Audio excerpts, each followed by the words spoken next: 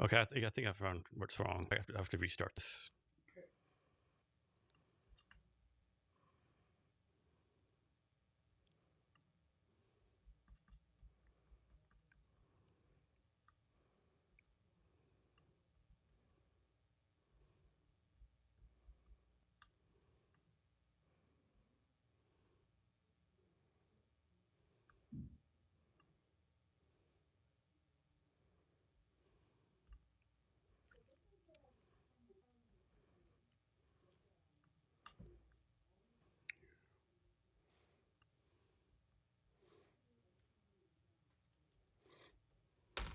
Oh, the thing I'm talking about is what I said? Question mark. Yeah, I know.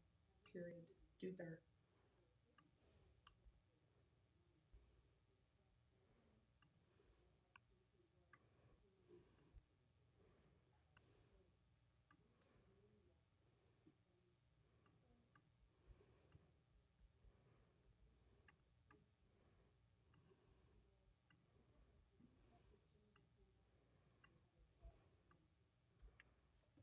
Okay.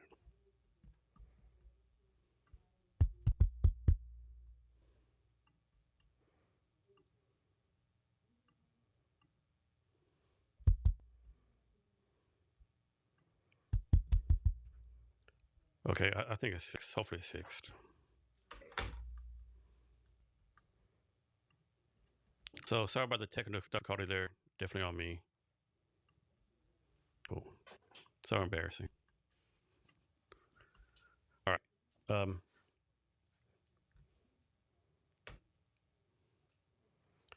So we're talking about the high school stuff. Oh, how do you go about fitting in at the high school? Or you didn't try to fit in.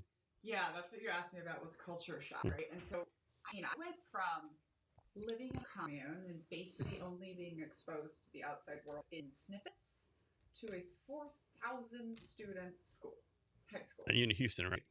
Yeah. So it was certainly sort of like the most diverse environment I had ever been exposed to. However, it was also a place where you just kind of got lost in crowd. And that's really what kind of happened to me was I just went through 2 years of high school not really finding anywhere that I fit. So no clicks or nothing like I that. was the kid who ate lunch in the teacher's, classroom and stuff like that. Didn't ever feel that comfortable. And it wasn't until I got to college. And when I got to college was when pretty early on I was invited to a party that turned out to be a chess team party. And we actually It's had kind of like an oxymoron, right? we actually had the best chess team in the world at the time at University of Texas at Dallas, and in big part because we recruited from all over the world. And so that was when I found myself in a room with like 20 people, and everyone was from a different country than each other. And so that was kind of my first area where I was able to fit in, still not really knowing how to talk about what I came through or anything, but just like, oh, this is Danny from Brazil. Okay, cool. Um, but I really would say that I spent a decade, including my time in the army, just trying so hard to pass as like a normal kid from Texas, which is the furthest thing from what I am. So moving fast forward, like when you discover that you're not just a normal person, right? When you like finally accept like you're like Daniella Young, like superstar. Uh, I mean, that was part of the journey. I think of deciding to write a book, and it was about a decade of really figuring out that like I could pass myself off, right? I could make myself look like this blonde Barbie and I could try to talk the talk, but it was very shallow. And I didn't hardly have friends that I could go deeper with. When I really got out of the army and started telling my stories, and even here living in Seattle and meeting so many different kinds of people doing different kinds of things, but really part of the entrepreneur program that we were a part of really emphasized the story, right? And how like what you as the founder bring to the table. And that was probably the first time in my life that I really allowed myself to just be like, I do have a bunch of interesting perspectives. I do have a bunch of interesting skills. Um, but also I think there was a part of it that was just like faking it was actually never successful because people then would think they're getting this white blonde American girl next door, and that's definitely not what I am. You know, and I always say now, like when people Yeah, I could definitely confirm that. when people see the lady head to toe dressed in crochet with blue and magenta hair knitting at a cocktail party, and then I say, "Oh, I'm a cult scholar," they're like, "Yeah, that makes sense." Okay, cheers real fast. Cheers. But long journey, you know, and one of the things, like identity has been huge for me. And actually, when I was 24 in Afghanistan, I started writing my first very bad book. And it was called The Girl from Nowhere, which is a line I actually put in Uncultured. And I'm very, very proud of it. But one of the things I've realized the most recently, and that's been through becoming Knitting Cult Lady and doing so much creation and art around identity. So now I say, like, I'm not from nowhere. I'm from everywhere. You know, I was born in the Philippines. I spent the first 3.5 years of my life in Japan. And then I lived in Peru. And then I spent a decade in Brazil. And I lived in Mexico as a teenager. And then in college, I studied abroad in Germany. You know, I've lived all over the United States in the military. Spent a bunch of time in the Middle East, was adopted by a Punjabi Canadian family in college. So, like, I have pieces of me, you know, that come from all these different cultures and reside in the body of someone who looks like a white lady from Texas, but just isn't. So you have a pretty big following on social media, TikTok, right? Like you're live every day on TikTok. Do you go live only on TikTok or all platforms every day, or is it TikTok? Mostly TikTok. Mostly TikTok, yeah. I try to do Instagram and YouTube also. Yeah. I know still TikTok, this is bad reputation, like being like skinny boppers dancing or whatever, naked or whatever, but there's a lot of good shit on TikTok, right? I mean, there's a lot of people, like, you're doing stuff on there. One guy I follow, he's like 55, 65-year-old psychiatrist. He does like mental health lessons in Spanish and English, right? There's a lot of good people. So how did you decide to use TikTok as your platform, like your main platform? When all the people out there say, "Oh, don't do it," you know? So first of all, you used to talk about TikTok. Yeah, I remember, like, everyone kind of still denigrating it. Yeah. But I remember you always saying, like, no, there are people on Yeah. there. So for me, TikTok, like, the easiest thing is that TikTok made it really easy to monetize, and I think that's why you have this whole slew of expert creators who are making money off of sharing their expertise. And it's like this whole new world for people. But so I started on TikTok, quite frankly, because the publishing industry said you have to. The books sell on NPR and on TikTok. But their only advice was try to get to bookfluencers on TikTok.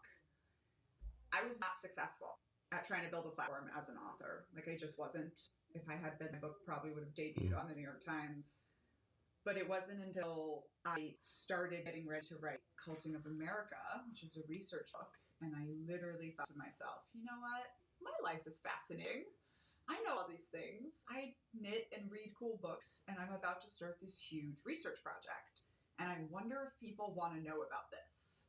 And that's when I started doing videos every day about cults and bad guys. And TikTok really helped me figure out the brand. And, you know, I always tell new entrepreneurs now, I'm like, I didn't just bust onto the scene as Knitting Cultly all together. Yeah, like they won 300,000 followers. Right, exactly. Yeah. In fact, my first TikTok channel, I called it Group Behavior Gal. I hadn't realized people like the knitting as much yet. I was still just figuring it out. And It's still maybe that you like don't stab yourself doing that. Just this is the hell out of me. Like, I do sometimes puncture through the top of my thumb. Yeah. You hit it so many places. But I've actually been waiting to turn 38 so that I could say I've been knitting as long as Jesus.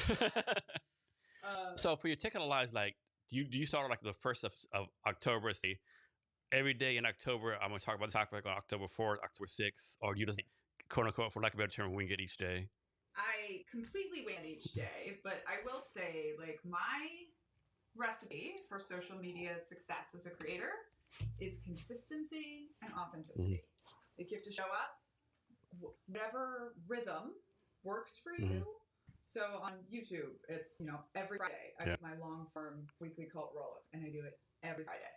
And so, like, with TikTok, first thing in the morning, my husband and daughter go off to school. I sit there, and the first 90 minutes of my workday is sitting there making content.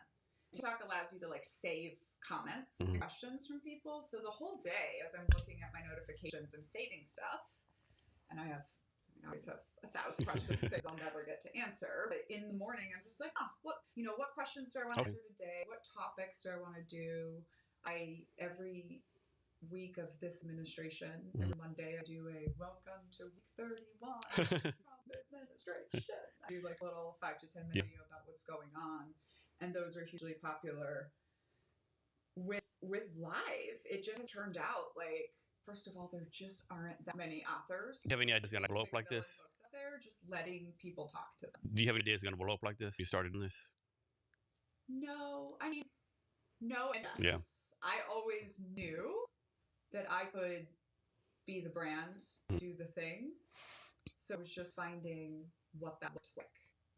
So I would say, I guess, yes and no. Okay. What was interesting was I got kicked off after a year of painstakingly building my platform up to 6 figures. Then I got kicked off because TikTok has crazy rules. So I came back and I kind of like rebranded and I called myself Knitting Cult Lady because that's just what people referred to me as. And that's when that's all of a sudden. All blew up, yeah.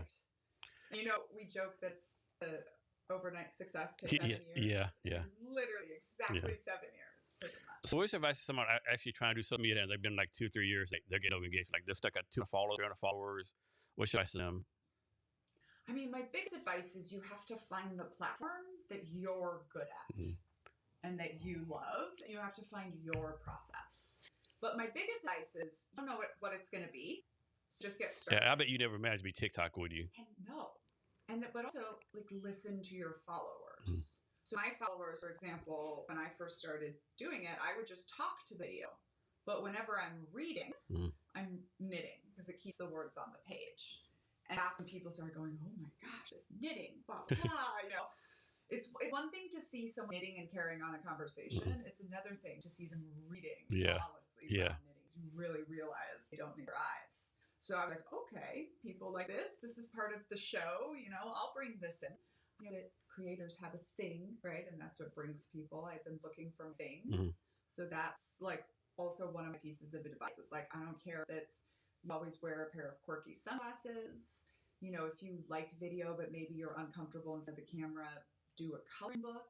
There's different, but it really comes down to what is the medium you're comfortable on. I'm not a photography person. I, in fact, hate posh photos and that whole experience. So Instagram was not the first place I was going to find success. And even now, it's my team that does it, and it's still not the best platform. But like TikTok and YouTube, because I'm so comfortable with video, because I've been performing on camera since I was 1 year old, those are my jam. Yeah. And even now, as TikTok is no longer my highest earning platform, like they're still my favorite child. Yeah. Like to go there and talk to people. So I really think it is, if you are struggling on a platform, maybe that's not the platform for you. That's good advice. I think as an independent entrepreneur, don't try more than 3 platforms either, right? So how long should someone try a platform before they move on, you think? In at least a couple months. Couple months, okay. But it's... Oh, and then my other advice is that your username should explain to people what they're getting. Right, so I kind of figured that out accidentally. My on TikTok was already my name. And my name is Daniella Mestyanek Young. It's complicated to say. No one's going to remember it. But then I put what they call me as group behavior. And I really saw that work for people on TikTok where I'm a storyteller, right? So I tell you any crazy amount of stories, but we're going to come back to talking about group behavior. So that's kind of a social contract with the watcher. And I think that has been one of my secrets. What was funny was that when I called myself Group Behavior Gal, people would still try to fight with me. They would be like, well, what makes you the expert? But now that I'm called Knitting Cult Lady, they're just like, well, I can't do that. One thing is about, you have all these people, call experts, you need to do this, do that. I'm like, do you work for Instagram?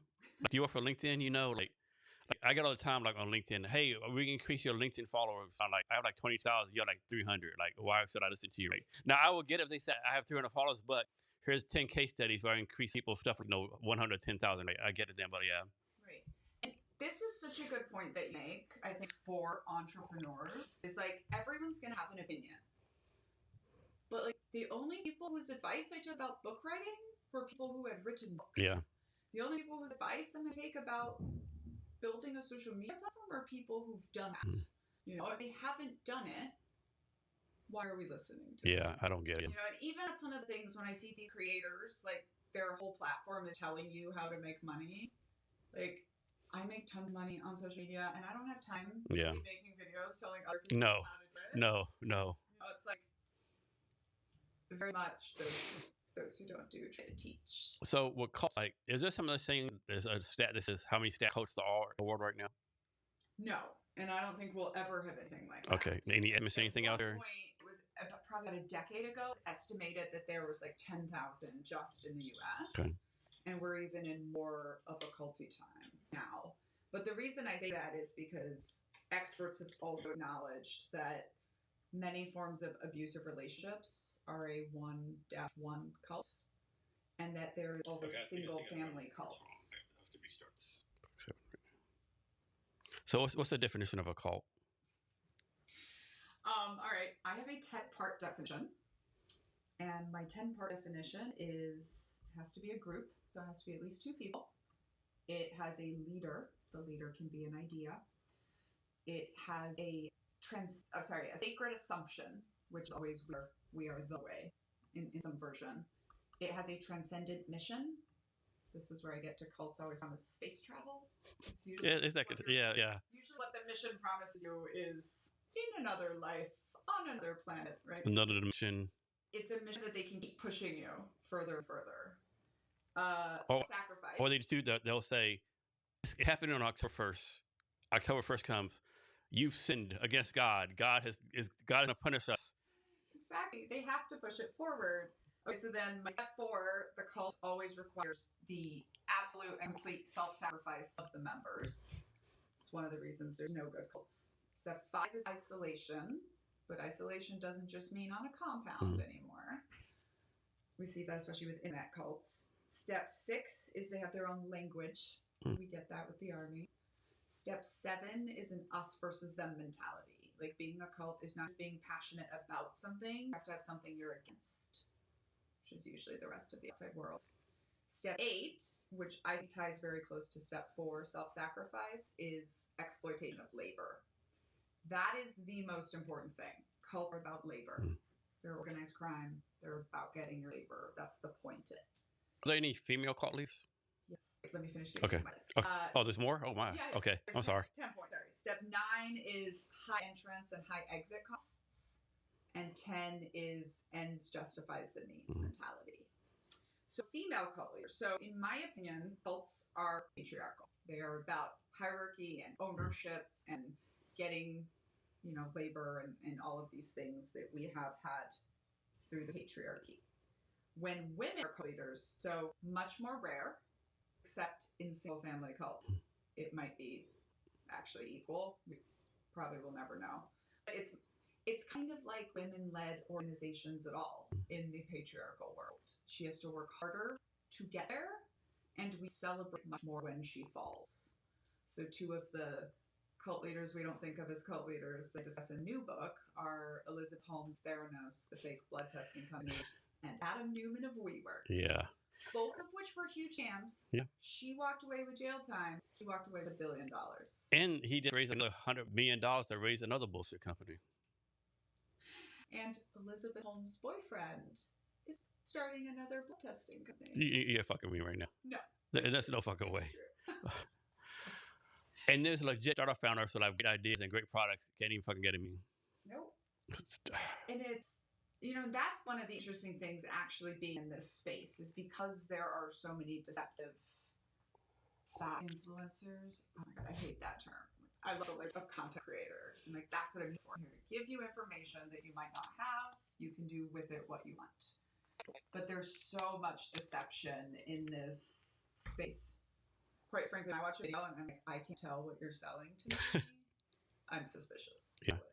Is there something out there that shows if you're a certain demographic, certain mental health state, certain economic background, you're more successful to join in a cult? Yes and no. So this was actually the original assumption after the kind of 60s and 70s cult business was, okay, it's people that don't have money or it's people that lack intelligence. And that pretty much was proven not to be true by the 60s and 70s cult thing. So that's called deprivation theory, and that has been disproven.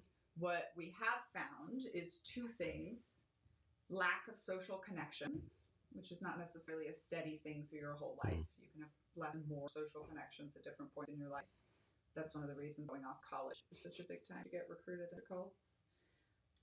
And then the second thing is being a seeker, which is not a bad thing. Many of us are. I say if you like to read books as an adult, you're a seeker. If you are interested in answering some of the bigger questions, you're a seeker. And that's going to make you susceptible. But it's also just having two things at once going on in your life. So say you've just moved college and you're suffering with depression, susceptible. And one of the things I say to people is anywhere in the space of personal transformation, predators will show up. And this is kind of what we see. The cults tend to be focused around either religion or exercise or diet or health or self-help. And so it's very similar to like anywhere children are taken care of, abusers will show up. And there's no answer to that. Like there's always going to be cult leader trying to manipulate you in spaces of personal transformation. You have to be aware of that. And you were born into the cult, right? Oh yeah. So talk about like how old were you and the process of like you teenager, like and you thought, what the fuck's going on here, right? Like something they right. Talk about that process, how that self-awareness are coming into you. Yeah, I am one of these people that believes it's actually impossible to brainwash children because brainwashing requires buy-in and like pushing yourself past logic.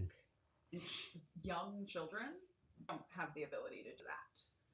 And me, being neurodivergent and very questioning, I don't feel like I ever believed any of it. I always, even as a very young child, was like, what is this sickness? I need to get away. When I was 6, I had a pretty strong moment that is explained in the book where I went through some abuse that was so horrible and so prolonged that I was like, I don't care. This is God and love. I'm out of here. I remember as a child very much thinking, well, if I'm going to go to hell for not being in the family, the children of God, then hell's going to suck. But I don't want to do this. Now, so I always felt like that. Like I always felt like I wasn't a cult survivor. I was just a prisoner for 15 years. But something that is true for a lot of people who grow up in cults specifically is they realize it's not for them, but they don't realize it itself is the problem. So I had sort of my first moment was on 9/11. I was 14 years old. We had just come to the US for the first time, and I was watching live television for the first time. 9/11. It's like the first time I ever saw live television on, because that's how isolated we were. And our cult was treating it as almost a joyful thing. I remember you telling me that. I remember this. God's promised judgment. Yeah, I remember that. We've been told America's evil for so long. Yeah. Like, here it is. And I just remember as a teenager seeing like the carnage and the awfulness of it, and being like, "Oh wow, are we the bad guys? Like is the children of God the bad guys?" And even then, it's weird to explain, but so often you don't realize you're in a cult till after you leave. And so for me, it was just like, I'm gonna leave the family. I'm gonna grow up and leave the family. That's what I said when I told my parents, I want to leave the family. That's what we called it. You could be in the family or you could be a systemite, which was everyone else. And I just was like, I'm going to school, I'm doing the thing, I need to get away. And so then it wasn't until I was 17 years old, I'd already been out for 2 years, and then our founder's son did a murder-suicide. And so it was on television, and I was listening. It was one of those moments where they were saying, the children of God cult, the children of God cult, the children of God cult. And I was like, oh, I grew up in a cult. That's what's wrong with me. Do you happen to know why they picked the name Children of God? Yeah. They didn't pick it, actually. The media, what started calling them the Children of God, kind of derisively, like making fun of. And then they were just like, hey, like that name. Then, much like with the Mormon Book of Mormon, so then the Children of God got too famous in these as a sex cult because they were full on religious prostitution. So then they decided to rebrand, and they changed their name to first the Family of Love, then just the Family, and then Family International. So you obviously have a lot of drive. Right? I could be wrong, but he's like the one like drive, like take away your drive, your ambition. How you able to keep your drive ambition through those years? Just how you just some eternity you have, or like how come they weren't able to like drive that out of you? I mean, cults love drive and ambition, high speed people, but they just have to take it over and make it theirs, if that makes sense. It's almost like how like abusive men that want women who just bow to them, they want the women that are like that. They want to take an independent woman and break her. And that's kind of how cults are. I think for me, there's a couple of things. You know, I do think I have a lot of grit, whatever that is. But also, I think the neurodivergence really protected me. Like, I was always just like, no, this is silly. I'm not going to do this. I'm going to do my own thing when I grow up.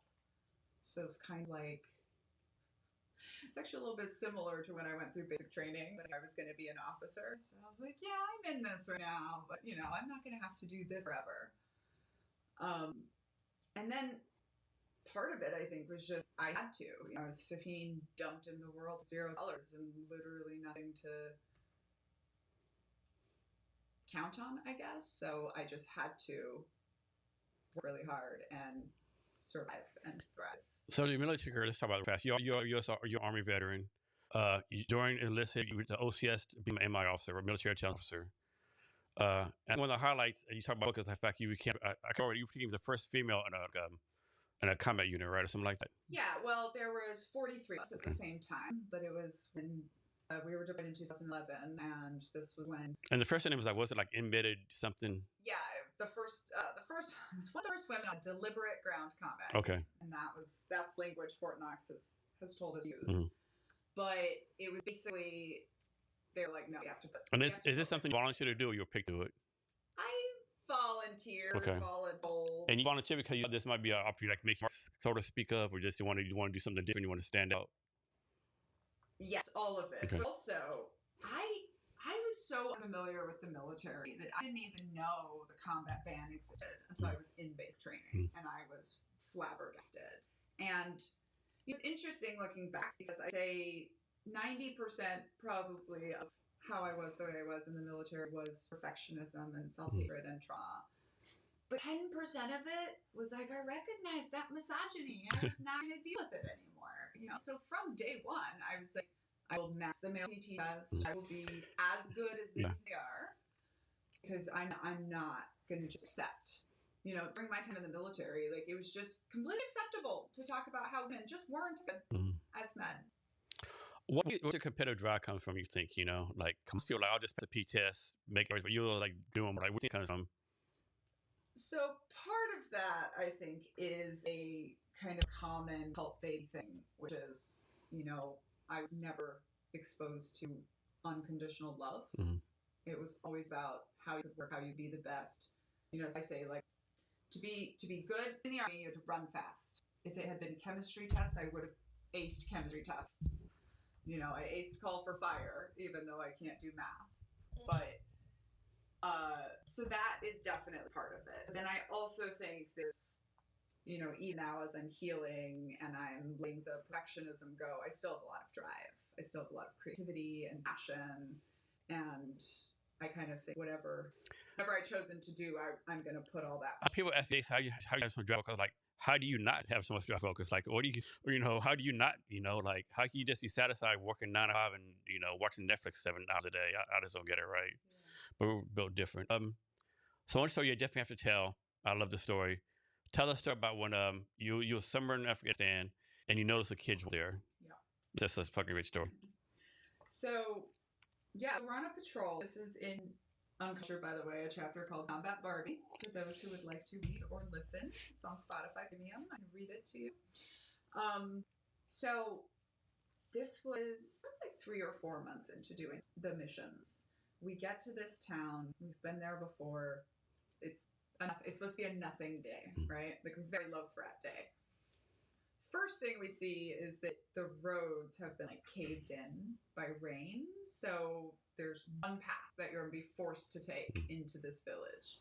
This is the part that the male soldiers notice no problem, right? And I always say, like, the men noticed that the sand looked funny, right? Like, I would never have noticed that in a million years. But I noticed that there were no kids around. And, like, in this village specifically, our Afghan partners would literally shoot their weapons in the air to get the children to leave so that the helicopters could actually come in and land. Like, they were not scared of us. They were swarming us. But there's also this funny thing where, first of all, if you're deployed and you don't leave the base, right, you're not going to see a child for a full year. And so when I would go out, I would see kids, and the little girls could recognize that I was a woman, right? Like, adults look at us and we all look the same. The little girls, they would see I was a woman and their eyes would light up. It was just like a pleasant experience for me. So I'm looking around going like, something's wrong. Like, something's wrong. It feels really bad. I don't know what it is. And then all of a sudden I was like, oh, there's no children anywhere. And that was when, and I was excited. You know, when you don't even know if you should be saying something because you're like new, junior, or whatever. And it really was only because we had an officer who really, really emphasized that us being new was a value add to the team. You know, like, this poor infantry lieutenant had been given 6 women who are not trained that he has to take into potential deliberate combat zones. And instead of being all mad about that, he was like, well, I guess, you know, you will bring us a fresh perspective. Please speak up. He told us a bunch of times. And so I decided to say something. And that's when it was a new lieutenant. This one, unfortunately, had already passed away. And he took it very seriously immediately. He's like, stop, everyone get down. You know, they send the EOD guys, the guys with the machines, to sniff out the bombs. And, you know, sure enough, in this, it's almost like an easy to identify spot. Yeah. Once we had, you know, how many bombs were there? 2, just one. Just one. It Okay. wasn't even that big. Yeah. You know, it was. But definitely done some damage, though, right? Probably killed some people. For sure. Do you ever think to yourself, like, how do you feel if you didn't say anything? Yes, and I will go a little further with that, right? Because in an earlier chapter of my book, there was an ambush on the day that none of the women were on the team because we were all in cultural sensitivity training. And there was a huge ambush and we lost 10 people. And the number one thing that everybody said to me was, I'm so glad you weren't there that day. Right? And like, at that time, I was just like, well, that sucked, right? Like, what makes my life worth more than that? You know, like, are dealing with so much survivor guilt and so much stuff. But after that event, that was the thing that really had me thinking, like, well, what if we had been there, right? Like, we're saying if women had been there, then women would have just been killed, instead of, well, maybe if the women had been there, somebody would have seen something. Yeah, said something, yeah. Said something. And to be quite frank, that's also why they took me so seriously that day, was because we all knew how bad it could get on something that seemed totally routine. What were your thoughts on, like, you know, how we left Afghanistan? I know, 'cause a lot of people that, like, man, like, I personally wasted 2 years in Afghanistan. The country personally wasted 20 years and trillions of dollars just to hand it back over to them, and then we withdrew. What's your thoughts on that?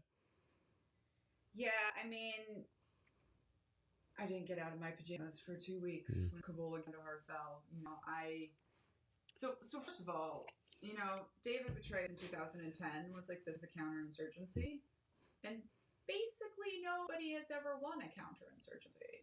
So why didn't we start pulling out then, right? That was one of my big issues, especially after I lost a bunch of friends. You know, and I think the other thing was that, like, geez, the 10 dudes that we lost on that day, like, we all knew they died for nothing. Yeah. Like, we all knew it was a ridiculous mission that never should have happened. But at least their families got to feel like their kids died for something, and all of that was like ripped away. But by far the thing I feel the worst about is how we just completely screwed our allies. Yeah, like I know, I had several friends in Afghanistan. I know, like I don't know, but I'm confident they're fucking dead. They act instantly, you know, like several people, good people in the Afghan army. I know they're dead. Or I mean, a huge part of what I was there for was to interface with women and children. Mhm. And we always had women translators with us. And exactly like you say, it's like I think about all their faces. I mean, and basically, knew- we basically said fuck all the Afghan women, basically, right? Yeah. I mean, I don't know. Yeah, at the same time, I'm proud of Biden for saying that's it, Yeah. moving out. Yeah, it's been a long time ago. It's more than time. And I think like everyone who served in Afghanistan, like you know, deep down that's how it's gonna end, right? Everyone knew we would pull out, they're gonna fall. Like I mean, you knew, right? There's no way they can sustain this as soon as we're gone. Like this isn't happen, right? You know, the government's so corrupt. You know, like what's the president? He left right with all his money. You know, like that was I think that's the other part of it was like I was a true believer in the army, and I think bought a whole bunch of lies, kind of, that we were sold. You know, and because of 9/11, I think we felt so justified about Afghanistan and the way we didn't go to Iraq. Yeah. And then looking back now, it's like, oh no, we were sold a bill of goods. Yeah. You know, like this was all about profit and the people at the top. Yeah. It's hard. It is, yeah. You know, like real people whose lives were ended for that. I don't know. So how has your background, like growing up in a cult, all that kind of stuff, what you went through, how has that impacted how you raise your daughter? Well, our number one parenting rule is never say because I told you so. We have to give reasons, which I mean, it really makes you see how much of parenting is your wins, right? And that's the other thing. You know, I say that the hardest thing for my husband and I is that my daughter doesn't have a good little soldier mode to click into because we did not teach her that. You know, and she will logic back at me just hard, or like the way she'll call her dad out on mansplaining. It's so great. And that's in no way the kind of relationship I ever had. I've come up with this term called first generation parents that I think applies to a lot of people, but it's just being very clear that you have no models to emulate. You know, I remember one time being so upset at myself almost for having a child because I was like, there isn't another in my family in generations, right? Like, what was I thinking? But I also really think that parenting a child after trauma can be really healing because I get to be the mom for that I didn't get. And I also get to almost like reparent myself, if that makes sense. So there was like one time when she was about 3 and she was a gymnastics thing, and they're all supposed to be putting their hands on each other and like walking in a little line with their hands on their shoulders. My kid, as they pass the sponge pit, just decides to throw herself in.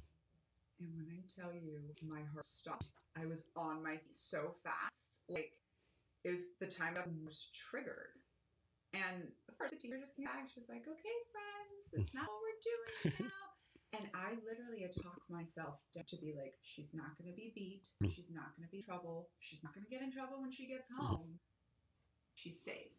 You know, this was a version of like, I would not have been safe in my childhood if I had done that. And so you get the opportunity to be the person that you needed for the next generation. And that'd be pretty healing too. So in your book, you kind of talk about some of the bad stuff you went through, right? So do you ever have like flashbacks of that stuff? And if you do have flashbacks, how do you deal with it? Yes. And I will tell anyone, if you were going to write a book, your flashbacks are going to get worse, right? Because most of us have come up with ways to tamp down the flashbacks or the worst things. You know, it's so weird to explain. It's like I didn't even think of my childhood as traumatic until I went back to Afghanistan the first time, and all of a sudden, like everything was being triggered again. So yes, I still got triggered. However, I have spent so long deconstructing and healing that in some ways it's like you still get triggered, but it's more like you're kind of that's somebody else. And that has been what has been the most amazing to me about putting a book out was that, like, Uncultured is pretty much a memoir about just being completely alone, right? Like, alone in a cult, alone as a 6-year-old in a basement with a pedophile, alone on top of a tower in Afghanistan thinking about jumping off. And I don't know if you ever reach the point of healing where you stop having the triggers, but now when I have the triggers, I don't feel alone. Okay. I feel like 50,000 people have walked through this story with me. And I even know their names because I've, signed books to them. And so that's been one of really healing things. Not to mention just finding out how common it is to go from high control or traumatic childhood into military and like that kind of journey. I found so many other people. We had lunch today. You're talking about your entrepreneur ecosystem. Can you explain how you build out your entrepreneur ecosystem? Yeah. So first of all, I think, I always call it like, okay, this is another in my empire, like every new product or every new thing that I turn about monetizing. So I am a, content creator. I full-time make all of my money making content and selling books. And so one of the things that I have been doing, to me, is really ecosystems. Like, I'm with this next book I'm publishing as an indie book, I'm building out my own process so that I can find other people like me who have a story and pull them into my ecosystem and be like, here's a publisher, here's an editor, you need a co-writer, here's one of those. I am the sales channel, because that's been the other thing that I found. It's like, well, I'm really good at some books, and once they've read my book, they want other books like that. So I've started to pull other people's books into my ecosystem to also sell my channels. My third step, which I'm not yet at, is going to be investing in creating other people's books. And then I just have this whole part of the ecosystem that is also handcrafted products or art or like all of the different things that I've done along my journey that I'm able to turn around and monetize. And because, I always say, because nobody knows where my power comes from, they can't cancel it, because it's like, I'm launching this next book and it's doing pretty well so far, The Culting of America, but even if it totally flopped, I make enough money just selling Uncultured and doing content on the internet that my business is going to be fine, So how do you decide like when to like start making a product and when do you stop? When you just thought, okay, I've had this product for a certain amount of months, it's not doing anything to me, like take it down? I haven't had to do that yet. I've made one investment into a bulk book purchase. I've not been able to sell the way I thought. So I've had one kind of flop, but I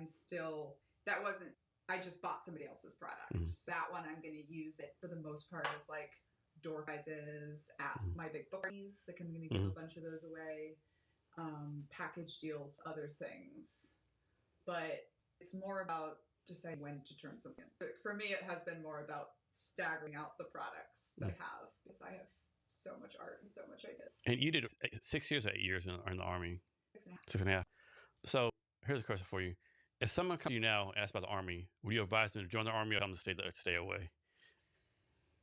So first of all, that entirely depends on their gender, unfortunately, because of what we have right now. Like, I do not want young women going into the military under this vet bro Pentagon.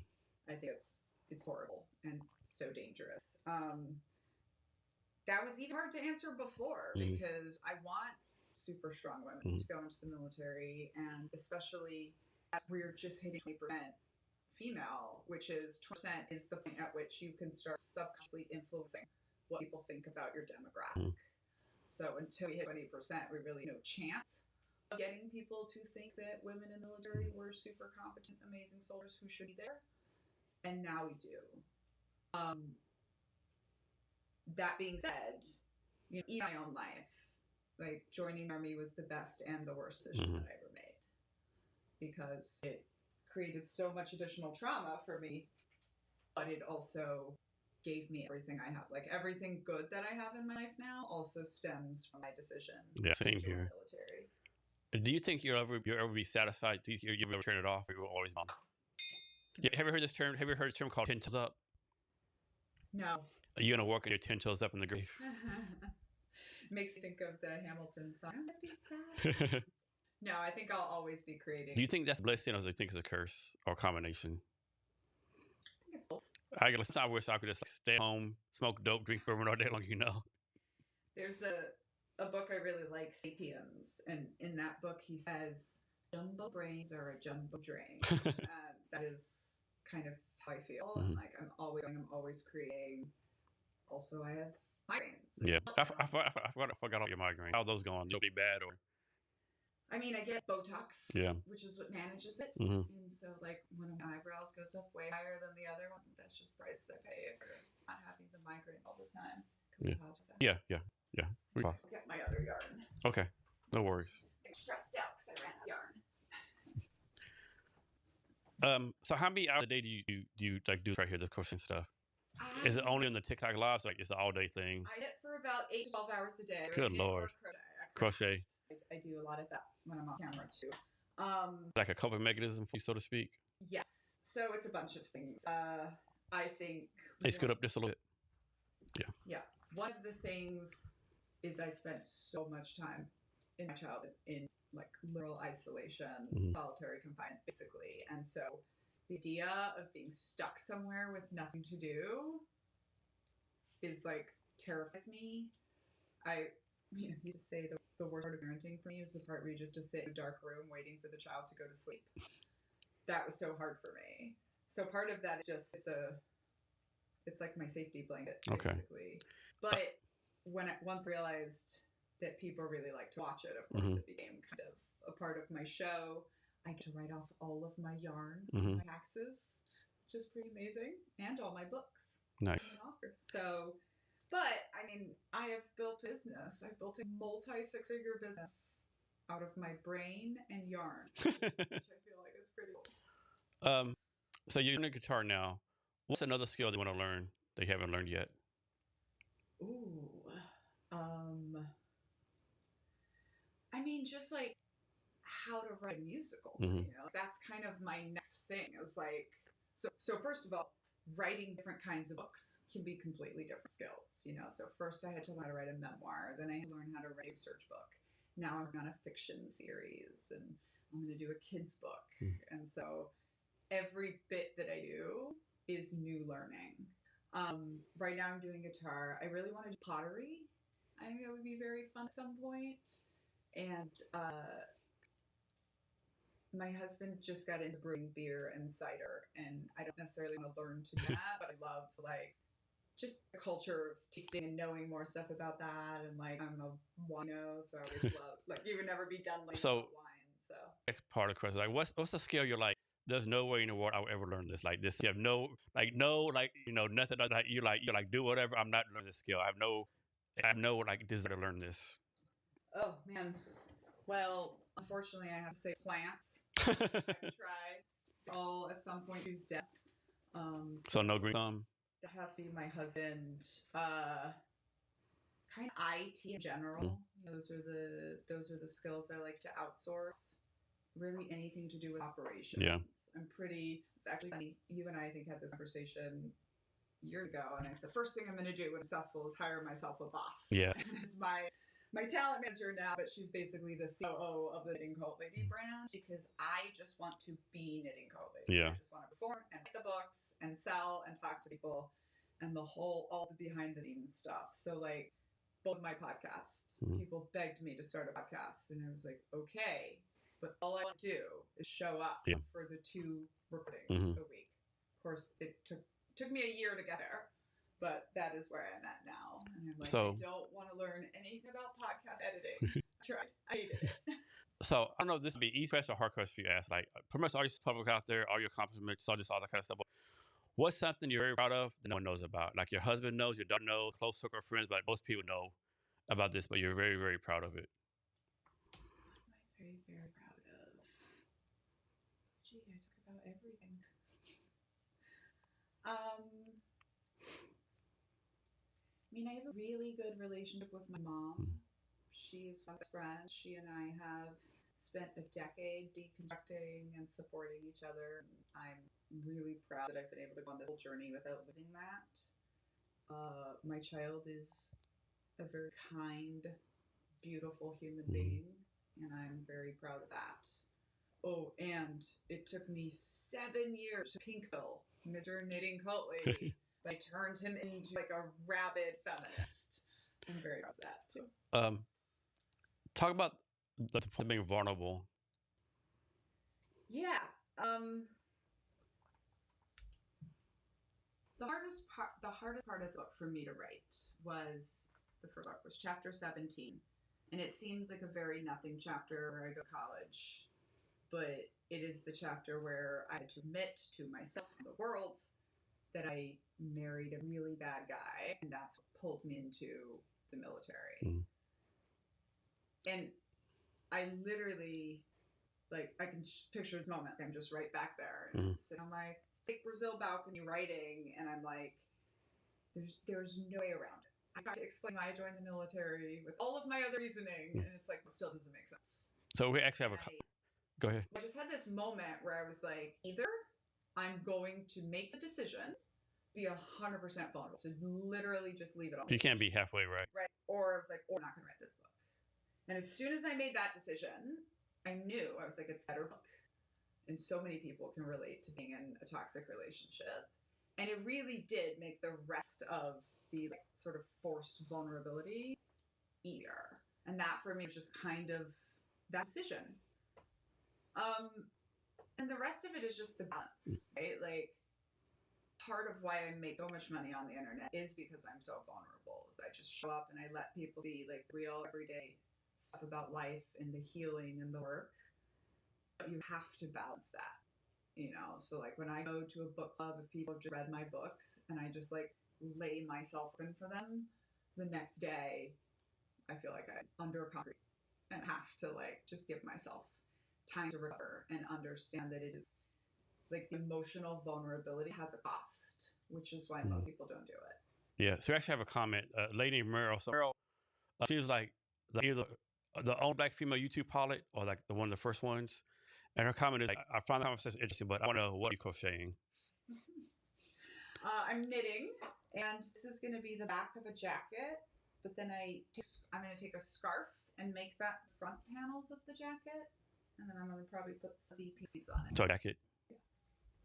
And how do you like, when you start, you already know what you're going to make, or you kind of like what comes to you? I usually know what I'm going to make.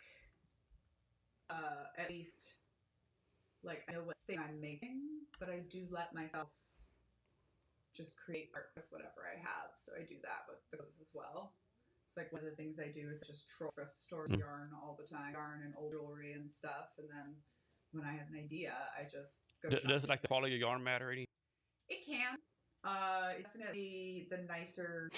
So if I'm making a necklace, right, the quality of yarn doesn't matter. If you're making something that you want to be like form-fitting and beautiful, if you're using $10 plastic yarn, it's not going to look great. Okay, yeah. But it can also widely vary. So in your master plan, how many books total do you think you write?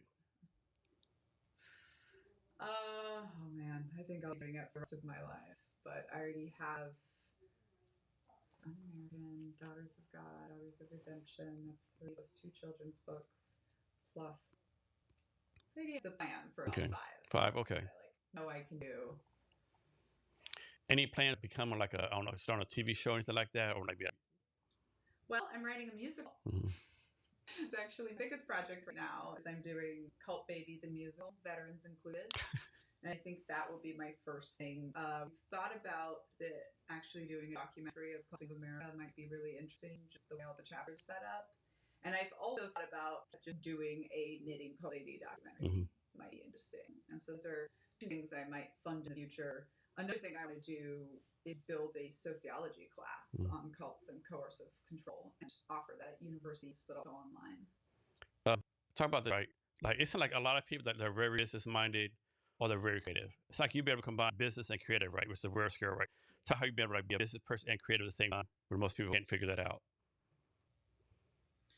The bad part is I don't think I can give anyone advice on that. I just think that I happen to be the rare person that likes to create, but also likes to sell and market. And you know, so for example, it's usually really, really hard to sell memoir because it's really hard to get somebody else to decide to care about spending 13 hours, 49 minutes learning about your life.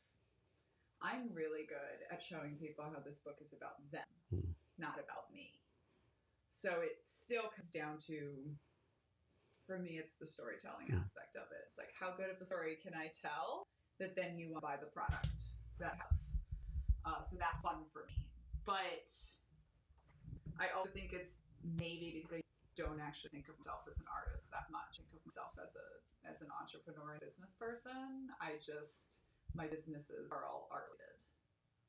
Now, for your book, people may not realize this, but you did have to get permission from the Pentagon for the book, right? I mean, when that permission, you know what it's about. How hard or easy was it to get like quote unquote permission for stuff in the book from the Pentagon? So, in case folks don't know, if you've ever worked for the DoD and you are going to write about the military at all, even fiction, you're supposed to submit your book to the Pentagon to be reviewed. It is not at all supposed to be a content check or getting permission. It is literally supposed to be, you can't publish this because you have to change this because this is secret. So they asked me to change 3 words in the book. Of course, I can't say what those are. It was nerve-wracking because we knew this was the first kind of very critical of military book by a woman going into the mass market. It took. The other thing is they will not give you a timeline. They quite simply do not care. They're like, we'll get to it when we get to it. We'll get to it when we get to it. And that's not how publishing works. So while it probably only took them about 6 weeks to get to it, it was scary.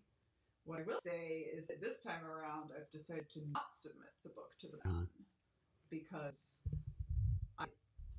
under the last administration, I trusted that the process would go through, right? Even if they're pissed off about it, there's nothing they can do. They're just going to let it go. And this time I decided, you know what? The odds that the President of the United States ever knows about my book are pretty small, but I don't want to give them I don't trust the process this time as much, unfortunately. So how much harder was in the second book versus the first book? Oh, different. It was harder. Well, it was physically harder, but emotionally easier, if that makes sense. So the second book, Cultured America, is a research book. I wrote it basically publicly on TikTok, crowdsourced. People kept asking when I was going to be ready, and my answer kept being like, I'm writing as fast as you can make 13 research papers that nobody making you write. And then that way, just buckling down and doing the thing was hard. Uncultured was bleeding my soul onto the page. I lost 30 pounds writing that book. Like, it was really, really emotionally hard. Actually, that's one that I need to write, Un-American, which is like, Uncultured is the hero's journey. Un-American is the anti-hero's journey, where I'm examining whiteness and power and privilege. And I am a really happy part of my life, and I'm not looking forward to like how hard that is. You know, like you can write other kinds of books without putting your whole soul into it, but not a memoir. So what's your advice? What's your advice to someone who's like the only person, only woman in the room, only black person in the room, only blank in the room? What's your advice to that person?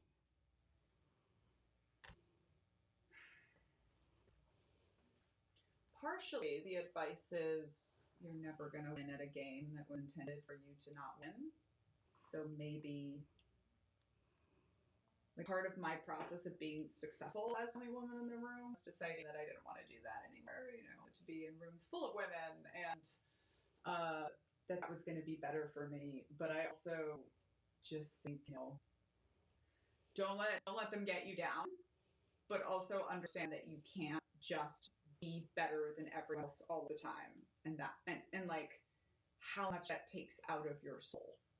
So you're gonna be the only woman in the room, the only black person in the room, the only whatever of your demographic you are in the room. Like where do you have outside of that room where you find community and rest and joy, because you have to getting it from somewhere. And Now, I think a huge part of what made the military so challenging, especially a woman officer, was not having, I really needed to have like a strong community of super supportive women around me, and I didn't. Yeah. And that's what I think is what wounded my soul so very much. But any entrepreneurs out there? Don't listen to people that say it can't be done, honestly. That's my biggest piece of advice. Like, I said, I'm going to write the next Educated. Everyone laughed. Mm-hmm. 4 years later, I wrote the next big Macmillan book that says, In the Vein of Educated. Mm-hmm. And 2 months ago, somebody sold their huge Simon & Schuster book, and their book sold as In the Vein of Uncultured and Educated. I didn't sell 4 million copies. I didn't, actually, Jeanette McCurdy's I'm Glad My Dad was the next Educated, but I still made a really good product. Mm-hmm. And so my advice there is just like, don't listen to people saying that you can't do it. Don't listen to negative advice from people who haven't done the thing you're trying to do. What's your definition of success? Like, what's your personal definition of success for you? I wanted to spend the rest of my life knitting and reading books and writing books and traveling with my family. And I've gotten there. Like, honestly, with this next book, I feel like I'm done if I want to be done. I don't have to put out more things. I think I will be able to keep making enough money that I can do the things I want. But I don't. One of the things I've had to learn about myself is I get too addicted to having a big mission. Mm-hmm. And so I kind of am like, especially the fact that my work does help so many people, I always have to kind of go smaller and just say, like, my mission, my definition of success is that Tom and Daniella and little Love Young have a good life. Like, we are happy, enough. It's great that my work helps other people, but I really just want to be happy. Nice. So next, let's go to your website. Yeah. Your book. So just tell me what to point to, and you just talk through it if you want to. Yeah. So this is the new book, The Culting of America. What makes a cult and why we love them. I'll read the last part. Whether you're part of church, company, fandom, or political movement, the question isn't if you're in a cult. It's how much of yourself you've already lost. And what I'm really trying to do with this book is break down what makes a cult, those 10 parts we analyzed earlier, but then show it to you in cults, in the military, and in regular organizations. So we've got that book, and we have, if you scroll down the packages below, nope, let's scroll back up. Going to show how I don't know my website. Click on pre-order right here. Right here. These are my packages. Nope. What am I doing? Go to knitting patterns. So this is one of my little products. They kept begging for patterns, and so I made a little digital culty knitting pattern book. Okay, and click on Knitting Cult Store. There we go. These are just all of my different products that you can buy. And so this is, like, you see, I have all these shirts. I call them disrespectful t-shirts. I've got things you can buy, other people's books, etc. Click on the one that says book up there. Uncultured. That's where you can buy my book now. And quite frankly, I have all these very cool. These editorial reviews, how's that work? Like, do they reach out to you, say, we're not going to give you a review, or you reach out to them? How's editorial reviews work? So, yeah, because I went through the big publishing process, like, they were the ones that reached out to most of this, and they already have those relationships in there. I will tell you, every single of hundreds of podcasts and shows that I did, they all said, come back when you have Culting of America. So now we're going back to all of those and talking to them. And the book was pre-sale right now, right? Yes. So it comes out January 20th. It is just now in production. I literally just finished writing it in May. Wow. Yeah, like, how does pre-sale work? Is it like a waiting list? So pre-sales are a really big thing in traditional publishing because it's all about trying to make the New York Times. And the New York Times is all about how many you sell in a week. So pre-sales gives you, it's usually 6 months to get orders, but then they all hit on that first Tuesday when your book comes out. Indie publishing, you don't usually have an opportunity for that, but people have been literally begging me to open pre-sales this book for the past 2.5 years. So they're fine there now. How do you figure out the pricing? How do people figure out what to charge for the book? I mean, it is usually based on weight, right? That has a lot to do with like how, so it was a thing with Uncultured that they were hoping for it to be a bit shorter, so it could be a book that sold $24.99, but because it turned out to be so long, they sold it for $28.99. We do in higher pricing for an e-book, but that's also because most of them are signed, so there's an additional element there. And then that's also been true for how I sell my own copies of Uncultured. Like you can get it for much cheaper other places, but most I sell are signed, and that's how we figured out that pricing. So from both books, writing both books, what have you learned about yourself? Everything.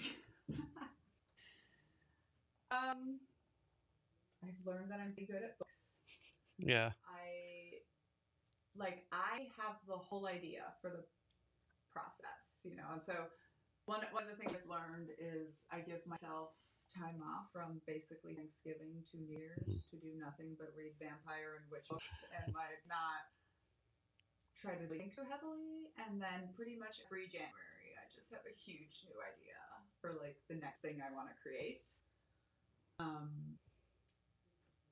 And I've also learned that like I make really good like co-authored. What's the word my accountant always uses? I'm just good at creating products with my audience. So like, I am not the wait till something is perfect to share it. I like share the basic idea and let people help you shape it. Like you go live every day, pretty much. Is it like the time every day? Yes, but not exactly. Okay. But it's usually around like my schedule. Like around 10 in the morning. 10. Oh, like you went live, like say from 10 in the morning, 11:30, you went live, you're happy, and then like after you're like, oh man, I have this brilliant idea, I have to tell everyone, and you go do a second live, or you just wait till the next day. Usually, I just wait till the next day. Okay. I try to be very strict about not like when I'm done working, I'm done working. Okay. I'm not gonna like go back on. Yeah. Just because it also helps me not make silly videos. I'm exhausted. I know a lot of times don't you like bring on guests every once in a while in your lives? Yes, I used to do it more, but yes. So it's just random people pull up off the live, or it's like a scheduled thing you have with people, or No, it's a scheduled thing. Okay. It's also just making me realize I told someone else I was going to join their live the other day, and I didn't. Yeah, I used to do it more like every Friday to arrange guests, but then you just have the issue of the scheduling. Because the other thing, it's like if you get your audience trained for something, then they really want you to keep that up. Yeah. So it was getting to be a little bit too much for me. I'm still trying to figure out where my and you have an event going on tonight, right? Can you talk about that? Yes. So we have been driving around the country. We bought a van, we bought a motorhome, and we put the book all over the outside and the QR codes where you can find it. And everywhere we've been, so we drove from DC, we'll end up in San Francisco, and we're going via Canada. So pretty much the longest way you could do that drive. And we just told people to come out. So we are tonight in Seattle at 6 p.m. at Cafe Di Fiora. And very excited. There's not really any plan. It's just come out and meet. And what's the intent? Just to get word of the book, or do you just want to meet fans? Like, so like you have like any goals for it? No, just a good time, drink some wine. It's just have a good time. It's meet people. One of the things I have found is like people just want their stories to be heard, and everyone comes to these events and they want to tell me their 5-minute version of the cult they were in, or the things that they have escaped or figured out, and just being there and talking to them. It always feels a little bit like a wedding where it's like I don't get enough time to talk to each person. Yeah. I move about a lot. Who do you think is like a stereotypical audience member, typical customer, or listener, or whatever? It's changing all the time. It's becoming more and more diverse, which I'm proud of. Mm. Generally, there's a lot of white women, but it is generally people that have grown up under some sort of authoritarian control, Mm. whether that's just their single family or whether that is their religion. I have a lot of former Alcoholics Anonymous members because they don't find a lot of places where they can talk about the negative Mm. experiences, and I will hold a lot of space for that. But as I have been on my own journey of deconstructing the delusion of white supremacy and all those other things, I have also been getting like much more of a following of like young black men. Wasn't expecting that Yeah. one, and like black women. I'm working on building up Spanish and Portuguese speaking audiences. I want to release Latin America at least in Spanish, maybe in both, and so that's been my next. And then of course I also have like my veteran audience. Yeah. That's Yeah. there. And you talk about listening to somebody. If you're an atheist, correct? Yes. Also, I'm guessing that came from like your religious experience. Do you think, because how I put this? So atheism, like a direct reflection of like went through. You're like, okay, there can be no God. You're like in the Old Testament, like people talk about Old Testament God, like Old Testament killed like more people than the Bible, right? Like how can you be the God of only Israel, not other people? Like me first on this podcast before, like I don't know if I believe in God or whatever. Like there's something I don't like two atoms just pop and create a universe, right? Right. So how did that come to be? Like, any chance you become like an atheist or just like? I mean, I'm married to a scientist, Yeah. so he will go into all detail about the Big Bang and how that worked. To me, it's both. I think I actually one of the shirts I sell, there's just says I'm just a neurovirgin atheist born in religious dreams. Yeah. And it's like I don't think I ever actually believed God. Yeah. I just think I was a questioning person. However, I also say that one of the harms of growing up in church of God was kind of losing the ability to believe. So like even if I said to you before, even if I wanted to be religious, like which one would I choose? Yeah. Yeah. Like, once you Isn't like something like 20,000 religions, like some crazy number out there? Huge number. And like once you've lived a life that was so sure it was the right way, and then you realize it's not only not, but super not. It's like I said, short of being knocked off my horse on the road to Damascus and having a religious experience, which one would I choose? But also, what's been interesting to me is I just think I don't care. I don't care about what's out there. I don't care about how he started. I don't really care about what comes after. I'm just in the here now. Obsessed with the here now and all of that stuff. My child, different. Yeah. She has the questioning religion kind of thing. And that's been interesting for my husband and I to try to guide as we don't. And I think if you follow science, like you're a scientist, like you're kind of hard to be like the guy. But then again, it's like all this stuff works some kind of way. I don't think this happened right. Like our kidneys the right place, the physics of the moon the right place.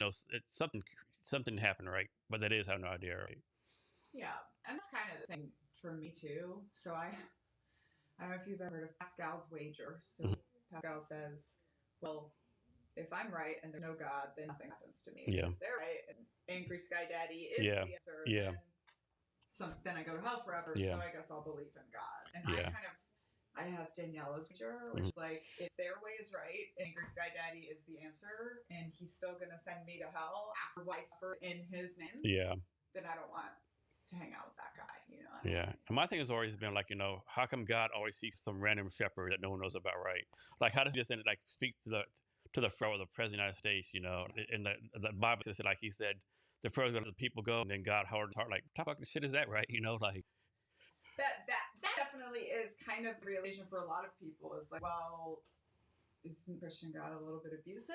Yeah, that's the real, Like, I was trying to explain hell to my daughter the other day, and it's like, well, imagine we said Daddy loves you, but if you don't do everything right, he's going to burn you to death. Yeah. Here's one for you. I read it somewhere. He said, let me get it straight. If I sin against God, he's going to send me to hell because I'm against God, but he's sending me to a place run by the place who hates God most. And it's going to be a punishment. We're like, oh, we'll be kicking it right? And that's even the the thing, right? Like, even if it was a creator to all of this, like, why would he punish people forever for not knowing? Yeah.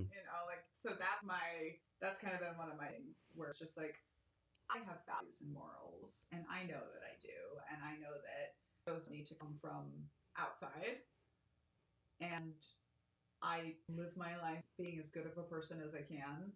I've, of course, hurt people. I've tried to apologize where I can, and like, at the end of my life, that's not enough for whatever being is there. And self religion, the thing that plays the most important part is like where you're born, right? Like, so you're telling me because I'm born in Texas, I go to heaven, but the people in Saudi Arabia like, go to hell automatically, right? Yeah. I don't know. That doesn't make sense to me. But No. I mean, could be fucking wrong, right? Who knows, right? Oh, do you ever watch South Park? Mm-hmm. Do you see episode that one time they did an episode on this? And, like, everyone died. It was like, what's our religion? It's Mormon. Like, Mormons? How the fuck are they religion? Yeah.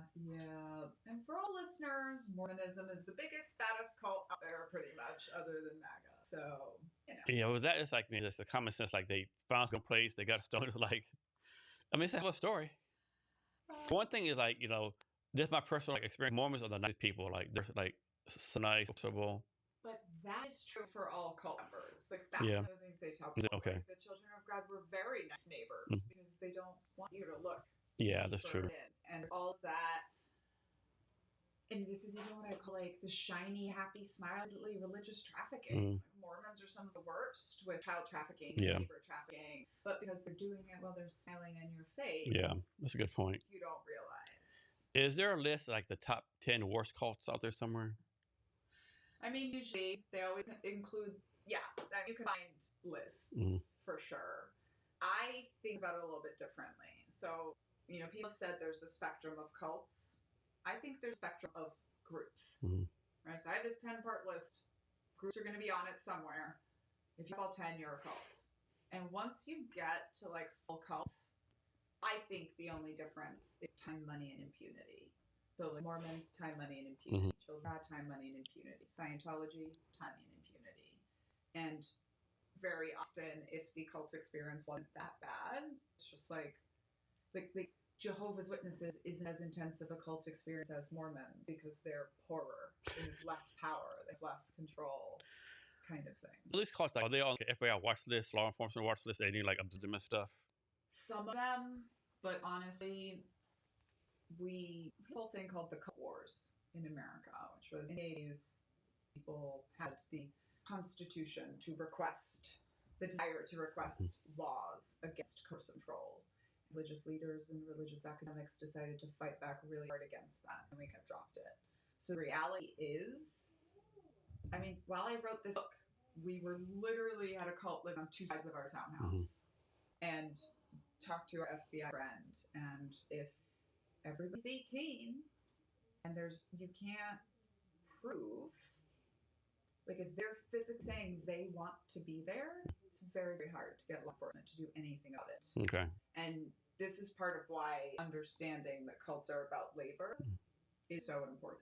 Because when you do want to go after a cult, like the TikTok 7M dance cult, China Church was just raided, and it was raided by the IRS, Department of Homeland Security, and one other thing. But it's basically like you go after them for labor trafficking. Because that's where you're always try to go after the other kinds of abuses. It gets very, very complicated. But if you can prove the labor, that's where you can get the authorities involved. When you wrote your first book, do you get like any kind of threats or any like negative stuff to turn on bad people? Like, don't write this book or we're going to go against you. God is very toothless. They don't really exist. The military's too big to have care, so they just treat everything violence. Now, that being said, being a public person on the internet talking about cults, you get a lot of threats. And actually, for my experience, the worst has been Alcoholics Anonymous. Where, like, I've literally gotten a death threat for talking about it. So these threats, like, how do you just see it? And you thought, this might be kind of fucking serious. How do you tell someone? I talked about if I needed some security for my book launch, but other than that, I have not had anything that has just felt like angry members on the internet. But one of the things, this is the next book, but the Army reach out to me and ask me to testify against my ex-husband, the toxic one we talked about, so they could kick him out, white supremacy. And when I did that, I just had to decide, and my decision was like, I'm not gonna live here. Like, if somebody one day walks up and shoots me for what I do, I was trained to do my whole life. I believe in this more than that. Yeah. But for the most part, they're cowards. So that's the thing about bullies is mostly the cowards. So your book, did you like have a plan, like, okay, every day from 9-11, I'm gonna write 2 hours no matter what, or it's more like the creative process was more fluid? Yes, and I actually wrote the whole first draft of Uncultured the last time we were full-time in an RV, and we would only drive for 4 hours, and my 4-year-old would be like strapped in her car seat with all of her stuff to do, and I would sit down and I would write. And that was how I got the whole thing written. And for the most part, for both of my books, I've never done more than a couple hours a day.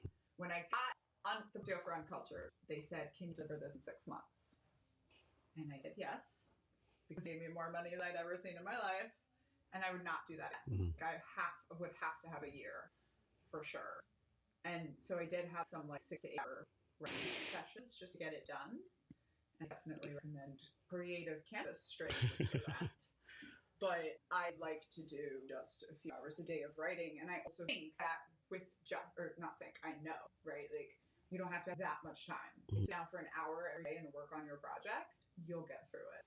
I very much recommend having a very strong outline for the book you're going to write, because that'll allow you to just do little pieces at a time. How often did you suffer from writer's block? If you did, how did you deal with writer's block? Cannabis. I don't feel like I suffer from writer's block that much, but I feel like that's because, again, of those very strong outlines. Like, I haven't written a word of either of these 2 books without having the exact plan for what I was going to do. The fiction series that I'm writing is different. I haven't given enough time to that, but I've never sat down intending to write and then just written no words. Like, I'm a big believer everyone has to tell, right? But when should someone actually do take time to write their story for people to read? Like, when should people actually write a book? Yeah. When they have something to say. Okay, so 2 things.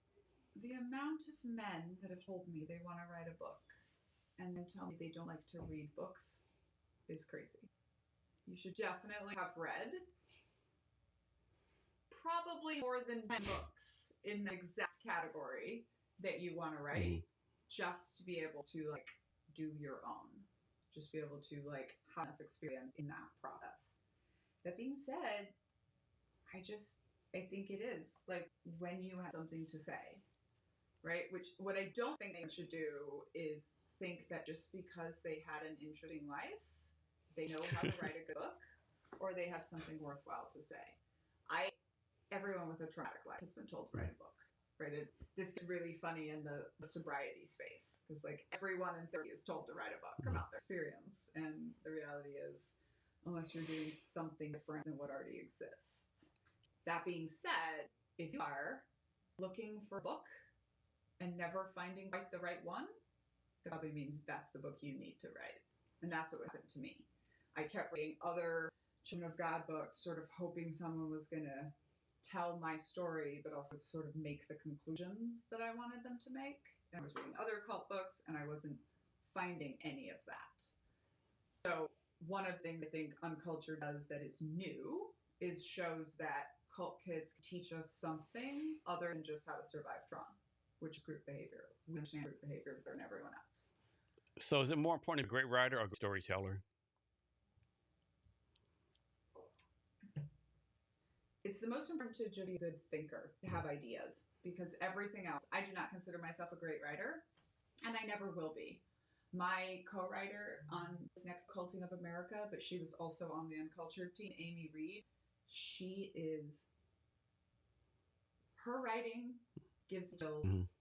She came up with all the best lines in both my books, other than Cults of Promise Space Travel. I came up with that one. And No, I literally know I will never develop my writing craft to that point because I'm having new ideas and doing this other stuff. And so I will pay people to help me polish my work. But this is kind of what I was saying in the beginning. Like, you need to have the idea. You need to have the brain that can take the story and connect it to the ideas. Everything else, other people help you with. So I think it's the most important to be like the good storyteller. So you might have a great team delegating stuff, but what's something you would delegate? The first draft. Okay. That's something where, like, no matter how much people accuse me of not doing my own products, doing my own stuff, it's like, this is my idea. I wrote the first line of every word of that, and I think that comes through. And also, the best way I can explain it is Martha Stewart and Taylor Swift. Okay. They were the secret sauce. Martha Stewart allowed herself to be pulled out of the process, and that's when everything flopped. Taylor Swift has never allowed that. So I will never give anyone more than a 50% share in the business, in my products. Like, somebody owns 25% of Uncultured. I would have never given somebody 60% because I truly believe that I have to be involved. I have to make decisions. It's kind of like how you say, like, don't pay someone to do something in your company until it's just marketing or whatever. Like, until you know how to do it. Yeah. What are you proud of so far? Like, what's your most proud moment so far? Goodreads recommended Uncultured for Women's History Month. They put my book right under Middle Obama's. I remember that you did. I remember that was a huge moment. Pre-sales of this book, launching the second book, has pretty much, like, I had a moment, right, where I was like, I have a six-figure company, I pay everyone very well, like, I'm doing the thing. There's not, like, necessarily a fancy thing to attach to that, which is like, I built a business making art, and I'm pretty sure I keep it going forever. I'm really proud of that. So you say you take a break from like November to January, right? So like the rest of you take breaks this year, like you take. I mean, right now we're on vacation. I'm still working, of course. Yeah. Not long ones. Yeah. And actually, last year I didn't even take my November to January break because I get this done. So I'm looking forward to my mental break this year. But other than that, I mean, I really, really like what I do. I guess that's the other part of it. It's like, this all is my obsession. I made a business out of my obsession, so it's fun for me. Like, how do you like win up through? Because sometimes you have to push through, walk along hours. Right? When you push through, like, okay, my body's telling me I need to break down. I need to take a break, right? It's just my body has actually become very good at just doing that. Yeah, just it shuts down on you. Oh, you think you're cool? Okay, fine. Yeah. I'm like, today. I start my first podcast at 9 a.m. We're going to have an event tonight. I'm literally going to be talking for over 12 hours. Yeah. And so, like, tomorrow, I'm going to sit very quietly in my camper while we drive and not do a lot. Oh, I have to see that to believe it. You're not talking 12 hours. You'll see videos. But yeah, it's just kind of been that for me. It's like understanding what recharges me and what I need. My therapist actually taught me a very important thing, just between every event, just stopping and saying, like, what's my body right now? Learning to take naps has been good. Yeah. Not usually a full nap, but like lie down for an hour, closing my eyes. Has this ever happened? Like, someone talks to you and they talk about, hey, my life was so bad. This would have me after such a bad life. You're like, hold my beer. You're like, like hold my beer. Yeah. I mean, very famously in the book, as my Army career is crashing and burning, and the colonel says to me, like, maybe this is the worst thing you've been through in your life. And I just kind of started hysterically laughing. Yeah. I have the other one happen much more, where people want to share their story and how much, like, they connect to Uncultured, but they feel like they need to assure me that they understand that their story wasn't as bad as mine. And I'm always just like, no, like, just, tell me your story. Like, it's the feelings of that experience can be very much the same, even if it wasn't quite as brutal as my childhood. Now, what is funny is that my detractors, because they're my enemies, right? Because they were smart enough to read the book. So there is this group of people that have decided that I am too white, too privileged to be as calm as I am. Yeah. And that is quite simply because they wouldn't last an hour in the asylum where they raised me. Yeah. You know, like of what I've been through. And that's even like things in the country are so horrible right now. But I can pretty much assume that other than losing my loved ones, which we'll all go through, I've been through the worst things that I've been through in my life. Besides your mom, are you still in contact with anyone else from those days? I, yes, have very strong friends that are out there doing stuff. I have, it's very surprising when you write who in your family friends will choose to support versus. I remember telling me sort of like somebody in your family like was very against the book, right? So like these are lies, like you make this shit up, like all kind of I remember who it was. I remember someone your close friend I remember was like, "Hey, why are you writing this for? It's a bunch of lies. This was like that here." Yeah, and I mean there's also there's another woman who grew up in the children of God and was in the military and chose to just come out super hard against me, accuse me of valor, wrote 2 essays, name me by name, literally things I could do her for so hard. I just. How come you don't? How come you don't sue her? It's called like the Barbara Streisand effect, right? It's like the only negative effect she has had is sending more people to me. Yeah. And both times she wrote the essay, I thought about suing. Then I immediately got so much business. Yeah. It was just like, no, I'm not gonna go after it. And but it's also because one of the things I've learned is that when people come out saying bad things about you, there's almost a way to defend yourself. No. Sounding petty. Yeah. So you just, like the reason she accused me of stolen valor was because she was a private in the Air Force in the 90s. Like she just quite simply didn't understand the impact or the words that I was asked to use of the things that I did. And now that everyone knows what I'm talking about, it's just embarrassing for her, Yeah. I know one time I saw you did a TikTok video talk about the fact, like, 'cause a lot of people do always say negative things. And you basically said, I'm paraphrasing, to my haters, thank you for making me, $20,000. Like, like, thank you for, thank you for this. Right. And I don't think they realize what they're doing. Like, they're like, no, like the amount, I really don't think people realize that creators make money on clicks and views and comments. Like I regularly on my lives, I'm like, hey, thanks for your hate money. Yep. Yeah. Comment is making me money. Yeah. Just in the blue hair. Thank you for your I hate supports me. Yeah, exactly. So it's like they'll be like, oh, your blue hair is so stupid. Of course, the blue hair liberal. Yeah. And like you all literally MAGA comment on my blue hair like funded this cross country road. Yeah.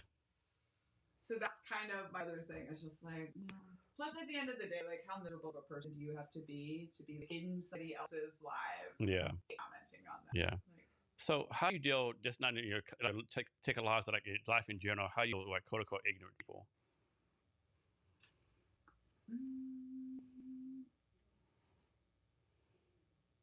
I guess so. One of the things, and myself saying a lot, is like you don't have the prerequisites for this discussion. Like I'm talking about levels of things. If you want to stop and debate on the difference between a religion and a cult, like you're not here yet. And also I'm just very firm in my knowledge and my expertise and my experience. And if they, that's kind of one of the things. It's like I'm the only person in the world with all the qualifications that I have that we know of. So you could disagree, but your disagreement is not equal to my expertise. And then the other thing is, I would just say, like, I've had cult members hating me for 20 years and praying for me to die, saying horrible things to me, and trying to discredit me. And so, how do you know what I did? How do you protect your daughter from all this nonsense? Do you tell her about it so she knows what's going on? You like kind of like shield from it? I mean, I shield her from the whole being an online personality as much as possible. Like, her face doesn't get shown on the internet, her name doesn't get out there. Every once in a while, she will hear some of the drama. Some things will really bother me, some accusations people make, and mostly she's like, do you want me to go on there and tell them? Like, no, baby, you don't need to fight my fights, Just letting her be a kid, but you also have to understand, like, by definition, living in a house where your mom talks about bad guys and bad things all the time. It's like, Mommy, what's a cult? 5 years ago, Yeah. And we just, and part of how I deal with that is just having the conversations with her at the age appropriate level. Yeah. Now here's one for you. So your daughter's like 9, right? Yeah, 9. So as she's growing up, has your definition of mixed parent changed? Oh yeah. Yeah, I mean, yes and no. I guess I would just say I've learned a lot more, but I've always just thought I'm here to guard this person as they grow up. But like my child didn't breathe for 7 minutes when she was born, simply because nobody asked her if she wanted to, basically, and that's always been her personality. And so I've always been very aware that, like, I only get to shape this person so much. Yeah.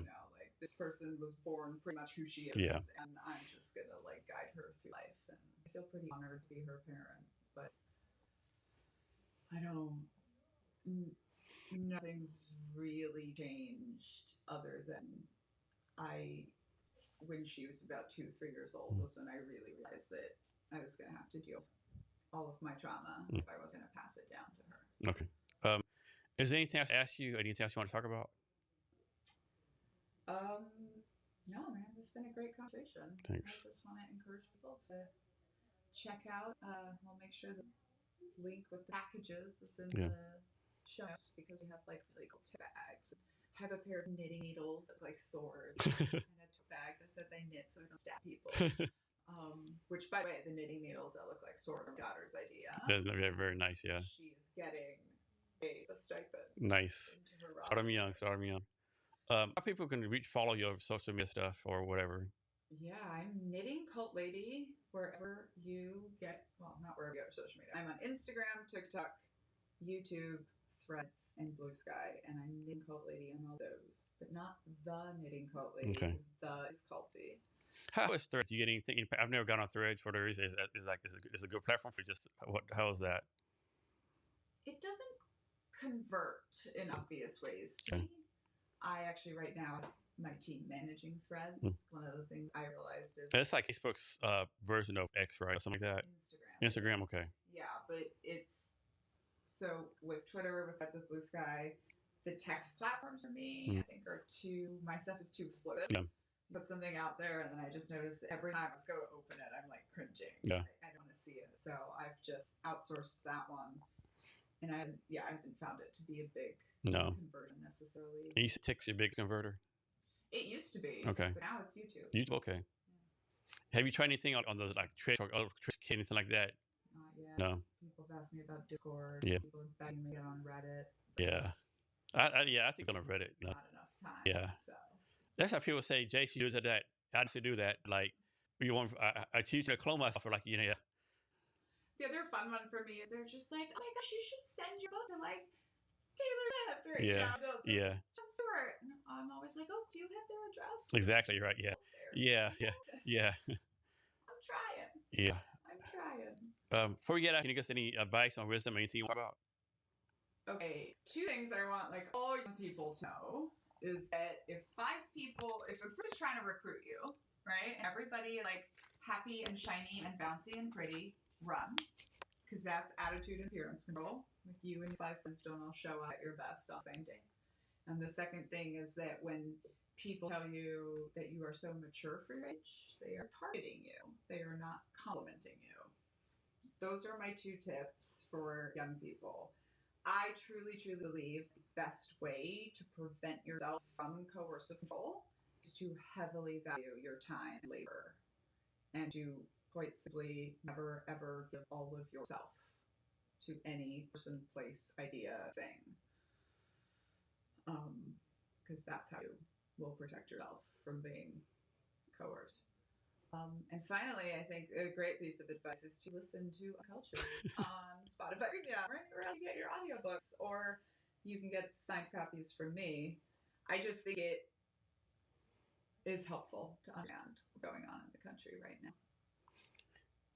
Danielle, thank you for your time today. I really appreciate it. Thanks so much, Jason. And to our listeners,